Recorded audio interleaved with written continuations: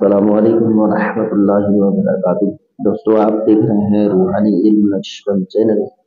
اگر آپ نے ہمارے چینل کو ابھی تک سبسکرائب نہیں کیا تو سبسکرائب کر دیں اور بیل آئکن کے بٹن کو پریس کر دیں تو ہماری آنے والی ویڈیو سب سے پہلے آپ تک پہنچ سکتی ہے۔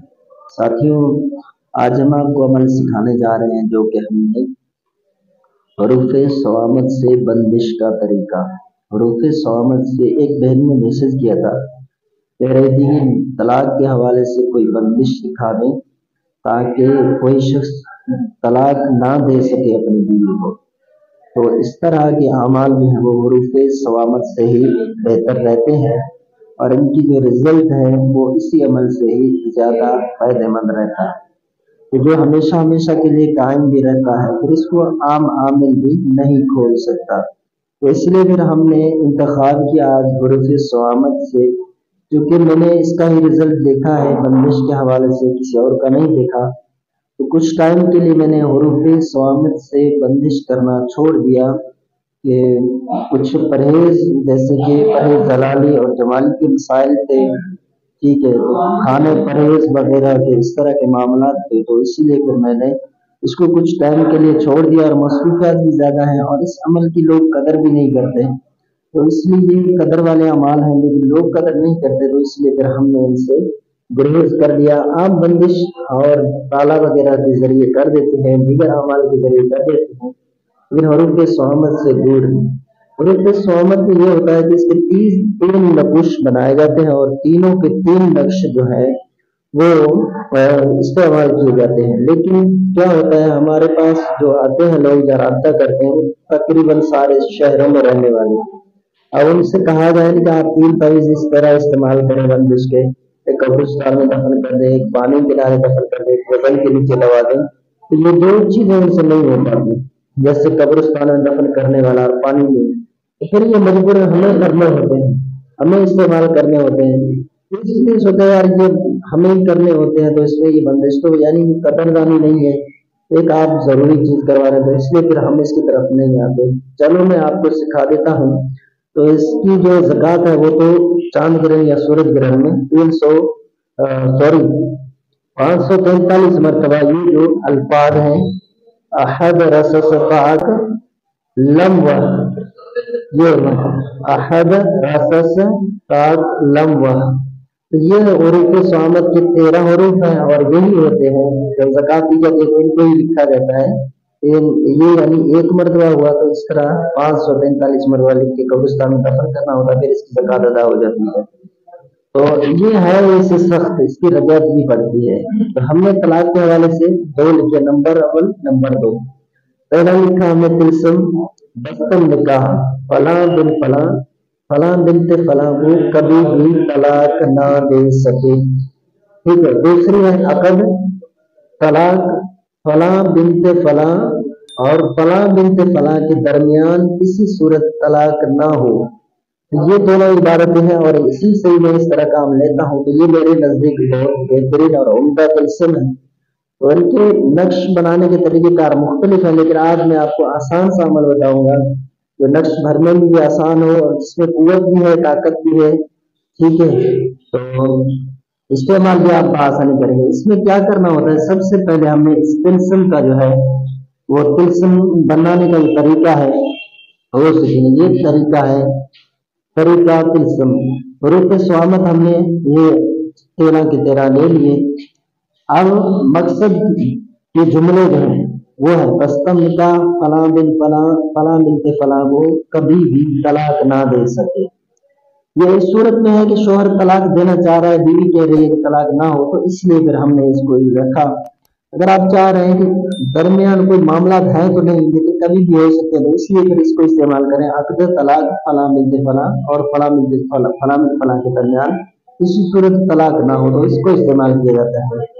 تو یہ ہے بہت ہی عمدہ طریقہ ہے۔ تو ہم نے کیا کیا، مقصد کے جملے ہیں، اب چار چار مرکب بنانا ہے ہمیں۔ کیسے بنانا ہے، الفاظ استعمال کرنے کا طریقہ، یہ احد رسس۔